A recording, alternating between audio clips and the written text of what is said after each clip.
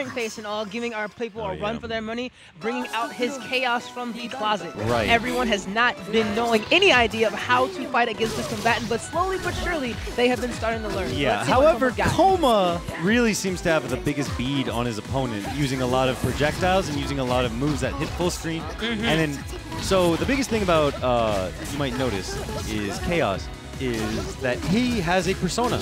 And the way that you remove his persona from combat is either you hit him, or failing that, he's got this little meter right under the points. If that turns red, then his persona is vulnerable to being hit. Absolutely. Yes. So if you could somehow hit that persona at the given point in time, which is extremely unsafe, then the persona goes away, and then Chaos has to spend meter, if I'm not mistaken, to resummon that persona. I mean, to pull him out instantly. You can still summon him out with special moves. Really, the big reason that it's a detriment to Chaos is that his DP, his best DP is tied to his best reversal, I'll say. His DP, his best reversal is tied to the persona. Right. Not to mention things like Fireball. Basically, all of his special moves that are worth anything are tied to this persona. So you need him out. Not to mention the fact that it really does a great job at defending him. Oh, what a great block on the instant overhead. There we go. Now we can start some pressure. Yeah. I mean, like with any character that has a puppet, we know that this thing is basically two characters. Pretty much. Yeah. So it's always 2 against 1. You constantly having to be situationally aware of your surroundings, making sure that whatever Chaos does, his little Tamagotchi isn't doing anything as well. Right. That's right. 90 references. Pokemon. It's Pokemon now. All right, but it seems as though Coma does. Oh, wait, we get that veil up, which completely shatters Coma's bridge. And instantly summons his persona back, spends the meter, and that was so smart by Coma. But guess what? You forgot that Chaos's force function is literally just a Blanca roll. Yeah, we just dive through all that. We don't care about nothing. Just does a barrel roll right past you and just sidesteps you all the way. Yeah, I mean, I think there are, especially, what was it, last week, the week before? We had like 3 Chaos players in the bracket. My God. I do think that Hijster is the most experienced and one of the best that we have. There were a couple other people that didn't quite make the cut onto stream. But we know how this works. So, Coma, what he's doing is he's setting out a lot of those little diamonds to really keep Hijster in block stun, to make sure that Chaos cannot summon his persona, and then if he does, see, he just jabs them like that and because they have such a large explosion, if that persona ever becomes active, it will basically, you know, get hurt by the hitbox in the side. Ideally, hopefully. That's the way we're playing it. That's the way Coma wants to play it. And it seems to be working for Coma right now, as he's able to just completely put his opponent into the corner, gets that little nice dash C action to get on the other side. Oh, but gets hit with the veil off, gets his grid shattered, and now he's going for a side-to-side mix-up with the Tamagotchi and Chaos. Oh, but with the veil off, shatters Chaos once more. Anything you can do, oh no! Oh, what's happening? That's the bad part about normals that'll roll you through your opponent, is that if they roll your opponent, they kind of usually keep the momentum. And we saw that Chaos actually flew over Vatista's head, and unfortunately, she didn't turn around in time for Coma to continue the combo. Unfortunately. Womp womp. And because of still gets the hit. And because of that, Coma takes home the first match, bringing this 1-2-0. Hijster is definitely going to have to remain on his toes now, because Coma definitely has his number. As we stated before, Coma has definitely been able to get a beat on how Chaos plays, especially how Hijster plays at this point in time, and just having his fully mastered Vatista. Oh, okay. I was gonna say fully mastered, but fully mapped out hit by what was that flash kick? You saw that? No, I didn't. What did I just miss? He just flash kicked while his opponent was in block stun. Oh god, that does not look good. Yeah. He might be trying to condition him to like he did last time, where it's like you think you might have sealed my flash kick, but here it is right in your face out of nowhere. Right, but usually you do that when your opponent like gets you in block strings or something like that. You don't usually have your opponent in a block string and then decide to flash kick them in the face while they're blocking. I mean, he might be playing dumb just a tiny bit, just a tiny bit. All right, so right now we got Coma with his grid breaking by Coma with a few seconds left on that. And Hijster really had a lot of good block string pressure there. He was using that persona very well, covering all the gaps in his little normal strings. But then, you know, you get broken and then you're in deficit. All right, Coma only needs one shot right now.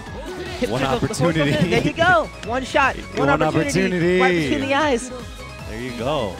Yeah, projectiles do a lot, especially like Batista's got a lot of ways to get rid of that team. What was it called? IG? Azhi. Azhi. But that's not a fun name, so we're going to keep calling him a Digimon. You know, that's worth a lot of points in Scrabble. Is it?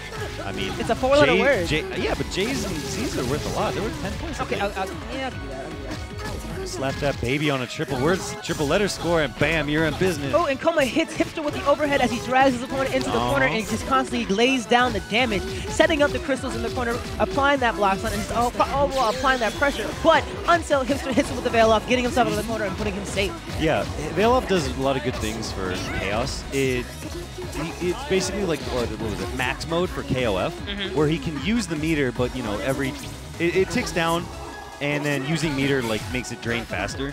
So, but it really helps Chaos because he can summon his persona with the 100% EX moves without, and then still have some meter left over for whatever nonsense he wants to set up his opponent. Which is a phenomenal use of resource.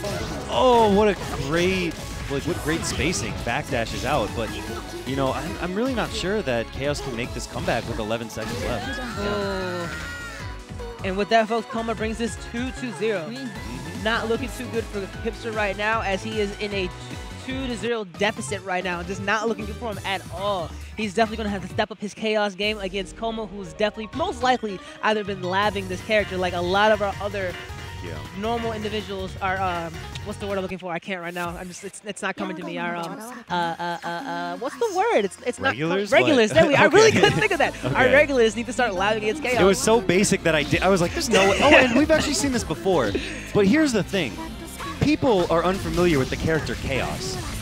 Nobody is unfamiliar with the character Linne, Yeah. So, really, I think this is probably easier for Coma. Oh, absolutely, because as you know, Linne is literally one of the poster childs of this game. In fact, she is literally on the front cover with Seth and Hyde. So that's definitely one of the characters that you would. Everyone's on the front cover, though. Isn't it like a group shot of everyone? I mean, it's a group shot of everyone, but the most important people are in the middle, are in the middle, full body. Front and center. So out of those three characters, Linne, Hyde, Hyde, and Seth, for those three characters you would have at least picked up or at least played against multiple times from that aspect alone. Right. Nobody, the characters that you learn to play against are like Linne and Hyde. Yeah, like real talk. Or they're usually the beat 'em up dummies you do. Plus, speaking of beat 'em up dummies, a lot of people use Linne for that because I'm not sure if they fixed it a little bit in this game, but in UNIL, the last version, she had an absurdly small hitbox. Oh, okay, spending that and veil off. Very nice. Veil off. Oh no, bounces out! But he bounces out. Ooh, that was a great setup, but it just did not work in Hijster's favor and letting Coma capitalize, bringing home that set, putting Coma at match. I think Hijster had to wait a little bit for Vatista to actually drop into the combo. He got a little too impatient there. It looks like one of the sword swings hit, but the rest just did not connect. The first one hit, but you need the other one because at any point in time during that special, your opponent can bounce out if they are not stationed properly on the ground.